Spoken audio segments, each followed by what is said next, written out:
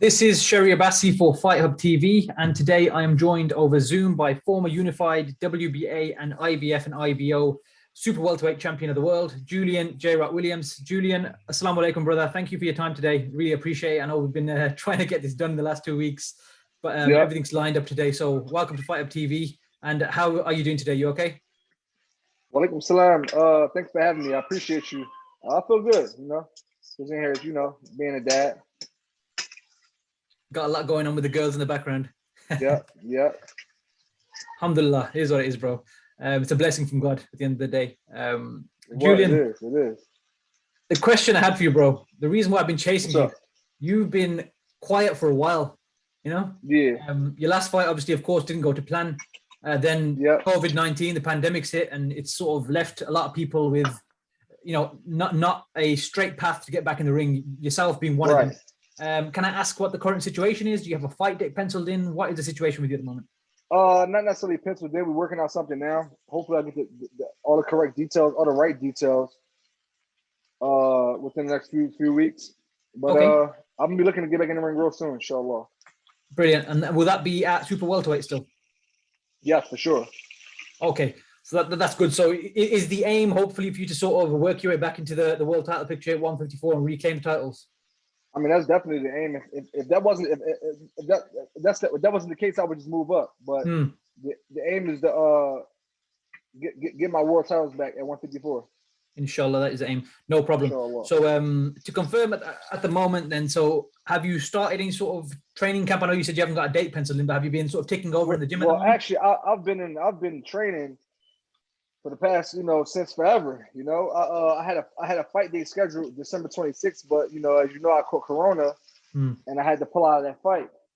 So I've been I've been in the gym for months. I just been kind of like waiting on a date, and I think I'm gonna get one really soon, inshallah.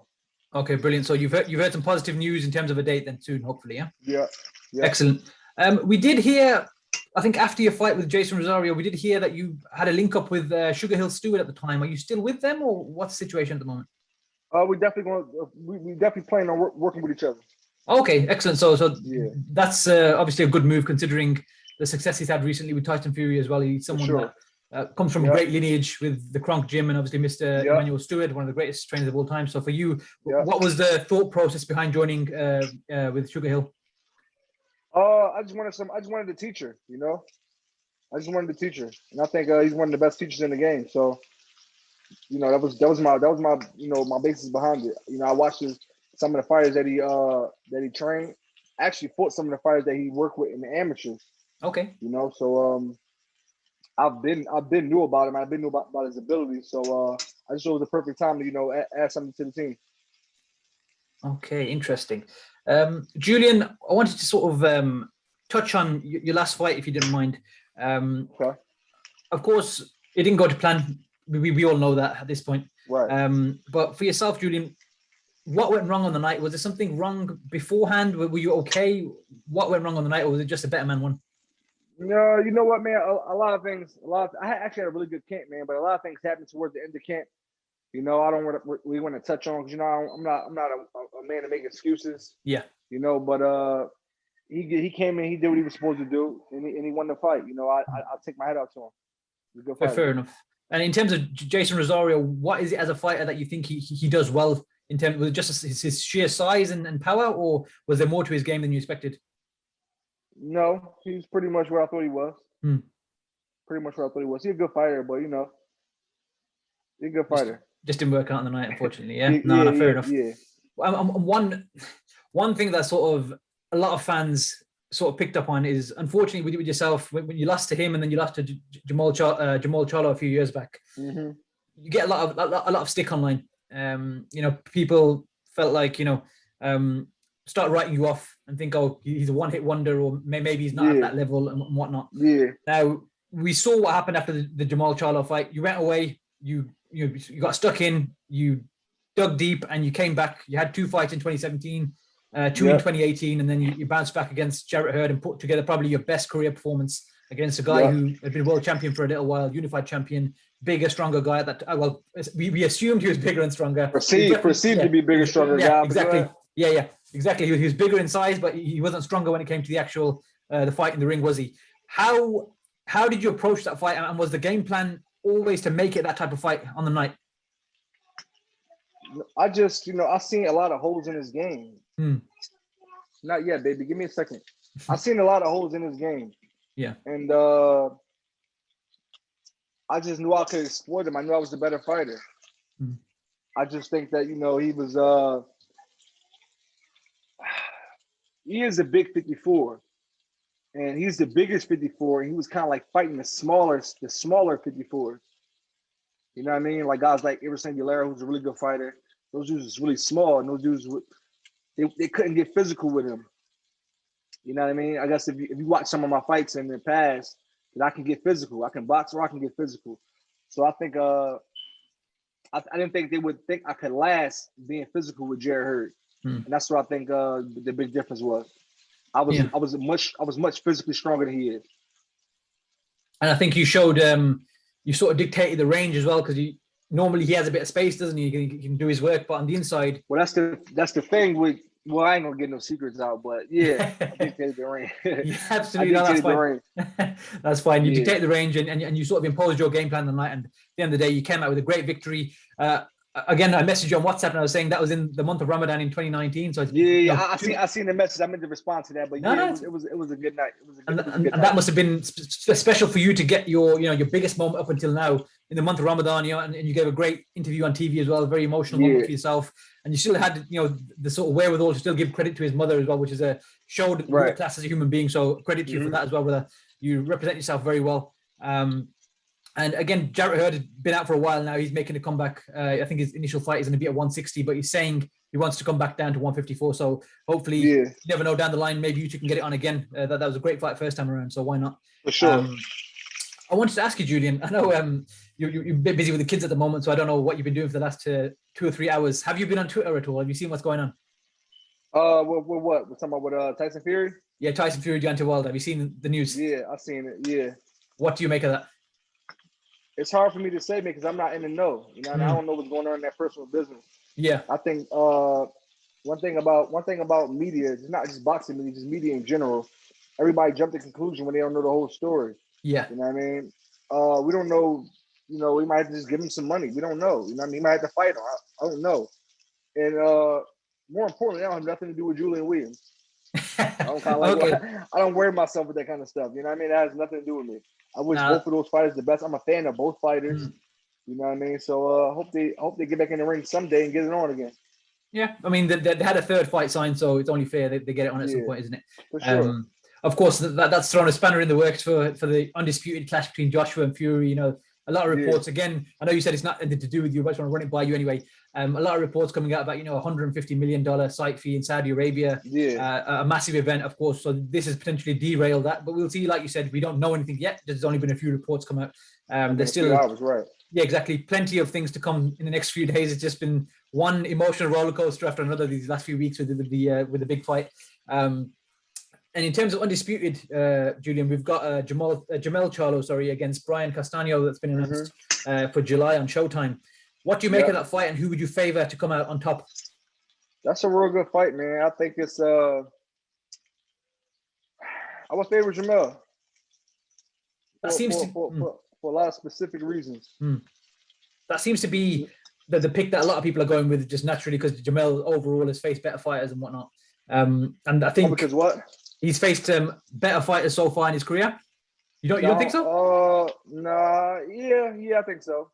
Jamel got a really good resume. Exactly. Yeah. But sometimes that don't matter, man. It's about at the top level of boxing. It's about style. Yeah. And I think they have some contrasting styles that might mesh well over the course of 12 rounds. I would slightly get an edge to Jamel, but not by a lot. I think that got some good fighters on his resume. He fought Michelle Soro. Yeah. If you ask me, Michelle Soro is fight similar to Jamel Charlo. Same height, same build, a really good fighter. I think I think it's a good fight. Absolutely. Like you said, styles do make fights, and that is always true, isn't it? I think there was something I saw on Twitter about, I know I don't always necessarily read into punch stats too much because it doesn't tell the story of a fight, but there was a tweet saying about... I know exactly what punch stats you're talking about. I think that's gonna play a major play. Yeah, Cassano is the highest volume puncher, and Jamal is lowest. I think that's gonna come into play. So that'll definitely come into play, won't it? Yeah, exactly. So that'll be very interesting to see how the fight plays out. Will Jamal start throwing more? I don't know. Or will he just work at his own pace? We'll have to see. But either way, I think in today's day and age, Julian, we hear a lot about boxing and politics and belts and all, people not being unified. But in the space of the next 5 to 6 months, we're going to see potentially 4 undisputed champions crowned, potentially, right? What does that say about where the sport is at? Because if all these fights are being made, then clearly boxing isn't fully political, isn't it? People make the right fights at the right time. I think people overrate, because we didn't get 1 or 2 fights, it's like, oh, nobody's fighting each other. The only fight we really didn't get so far is Terrence Crawford and Errol Spence. We got Josh Taylor and Jose Ramirez about to fight. We got Anthony Joshua and Tyson Fury is about to fight. You know what I'm saying? Like we get the fighters fight. I just think it gets overrated sometimes. You know what I mean? It gets over exaggerated, rather, I should say. Absolutely. I think it's a lot of great fights in boxing that's being made.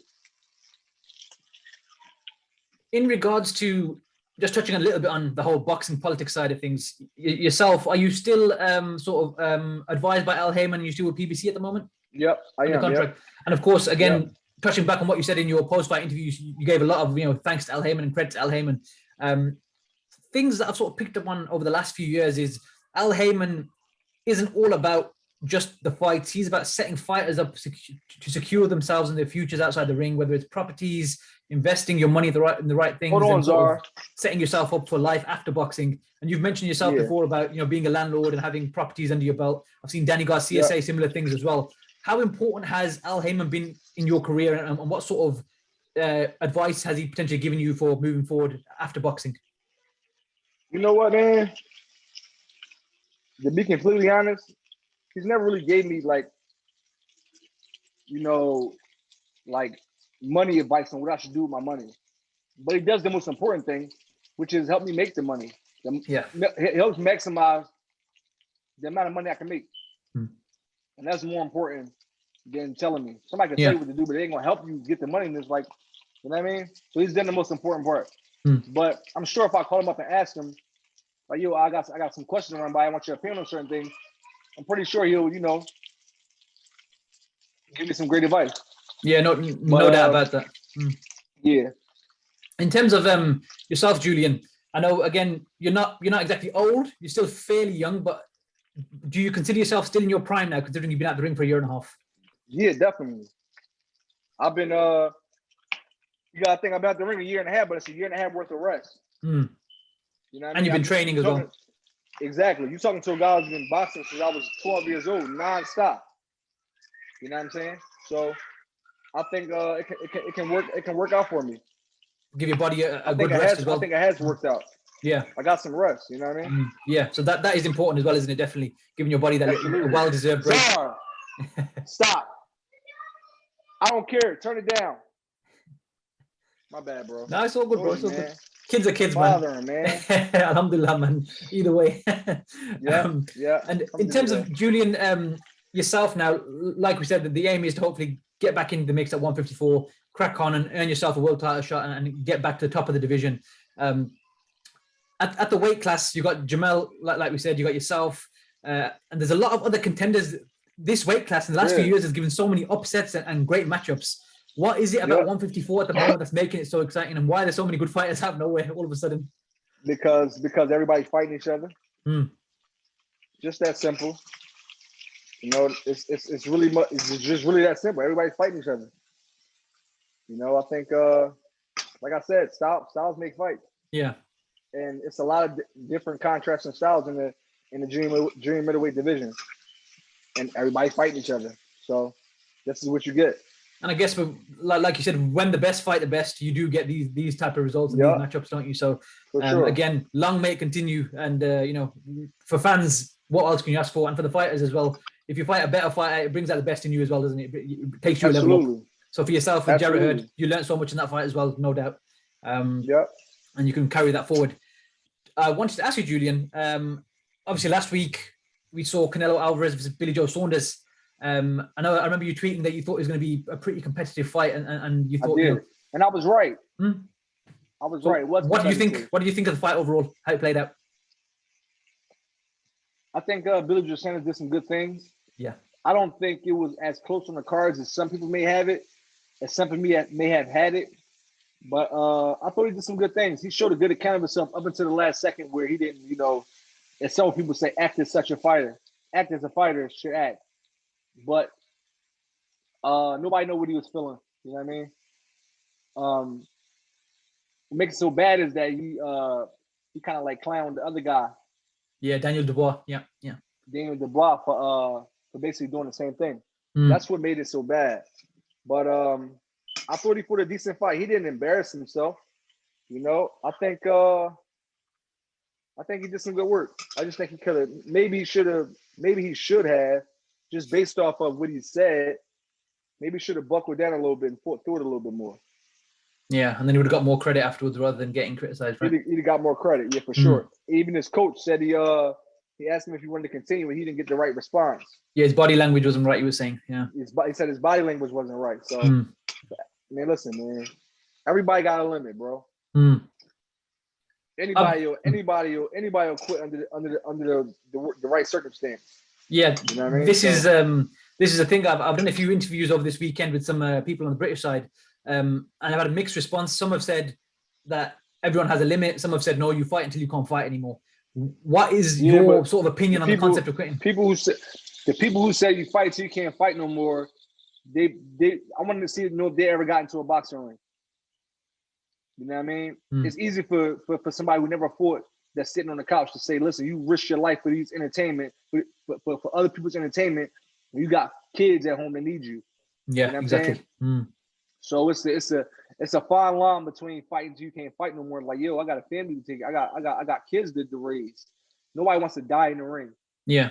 You know what I'm saying? I guarantee you, every fighter that died in the ring, first of all, they didn't think they was going to die. And second of all, if they knew they were going to die, they wouldn't have got into the ring. You know what I'm saying? Yeah. So I think some people become desensitized to boxers, but it's really life and death when you get in the ring. It really is. You know of course. One punch could change your whole life around. So I think, fans first need to be more cognizant of what we go through. You know what I mean? And they need to remember you are still human beings with limits at the end of the day. Yeah, for sure. I think people look at us like we like dogs or animals or something like that. You know what I mean? Nobody want to die in the ring. Yeah, exactly. We don't want to see that. We've seen too many fighters end up with life-changing injuries, wheelchairs, or actually Patrick Day last year, he passed away, or was it 2019? I can't remember, man. Again, was 28, 29 years old. He got so much life ahead of him. You know what I mean? Your camera's gone off. There you go. Yeah, and like you said, so again, there's a very fine line, and it is unfortunate that people do get sort of criticized when they do reach their limit, but unfortunately that is just something that happens, isn't it? What did you make of the performance from Canelo himself, and do you see anyone at that weight class beating him at this point? You know what, Zara? Not yet, baby. I don't know. You know what? First of all, I think Canelo's probably the most improved boxer in the last couple of years. From where he went to from the Floyd fight to the Lara fight. It's funny, I just watched that fight earlier today. And then like the Austin Trout fight, and he just always kept improving, which shows a testament to his discipline and his discipline, being so disciplined to the sport of boxing. But I don't think first of all, I don't think nobody's unbeatable. It's a style for every style. Nobody's unbeatable. Can anybody at 168 pounds do it? You know what, man? People might laugh at me, but I think Caleb Plant has a really good shot. I'm talking if everything is level, everything is 50-50. Because when you fight Canelo, I think, I think David Benavidez has a chance as well. But when you fight Canelo, it's just in my opinion, it's not an opinion, it's a fact. You're not just fighting him, you're fighting a machine behind him. So you got to do extra. You know what I'm saying? You have to do extra. You can't come in and get a 7-5 decision against. You got to really beat him win 10 rounds to get a 7-5 decision. That's just he the face of boxing. Yeah. You know what I'm saying? So that's just how it go. And I think fighters got to be willing to go that extra dirty mile, the one that's going to hurt when you wake up in the next morning. You know what I mean? You kind of like get the win against him. But he's a great fighter. He don't even need no help because he's a really great fighter. But just it's just the way it is. Man, he's the face of boxing. Like you said, that's at 168, right? And I don't know if you must have seen the video after the fight, the press conference with Boo Boo and what happened with Canelo. That went viral online. What do you make of there are these sort of narratives online, without sort of making it awkward? What do you sort of make of the people that say that Canelo is ducking black undefeated fighters? I mean, I don't know. I will say this.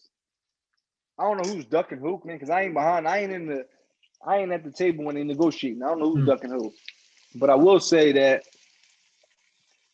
the black American fighters seem to give him his most trouble. We got Lara.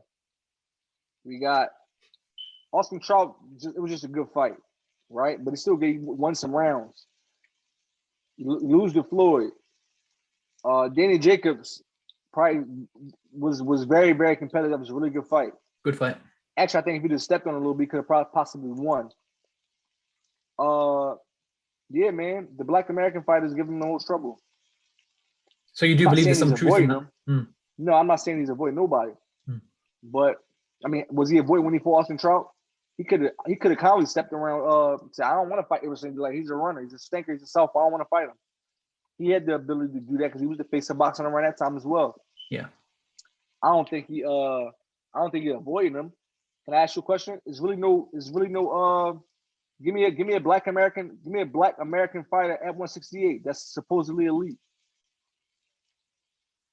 They're gonna have to move up, aren't they? Yeah. How can he duck somebody that's not even in his weight class? Yeah. That's what, again, these are the narratives you see on Twitter and stuff saying he ducked Jamal and he vacated, he became franchise champion to duck him and move up and all these things. Again, like you said, we won't know that. But do you think Jamal and Demetrius are the guys to give him a difficult fight right now then? More so Demetrius because of his style. He's awkward. Southpaw, he's a little bit of a stinker. He hasn't looked good in a long time, but I think he'll be on point. He'll look good for Canelo. He'll be, you know what I mean? But in his experience, man, that he's an Olympian. He's for all styles. He's about 5'11". He's long, and he got legs. I think it'll be a good fight. Excellent. That's a 50-50 fight. Yeah, no doubt about it. And Julian, just to wrap up, I don't want to keep you too long. I know you're cooking and stuff, and the girls are there. I just wanted to know from you as a person, as a boxer, what was growing up? What was your motivation? What led you into boxing? And also your favorite fighter, if possible. I don't really have a favorite fighter. I like fighters for different reasons. If I had to choose a favorite, I would probably say Muhammad Ali. You got him on your shirt. Yeah, that's my guy. He's the greatest boxer ever.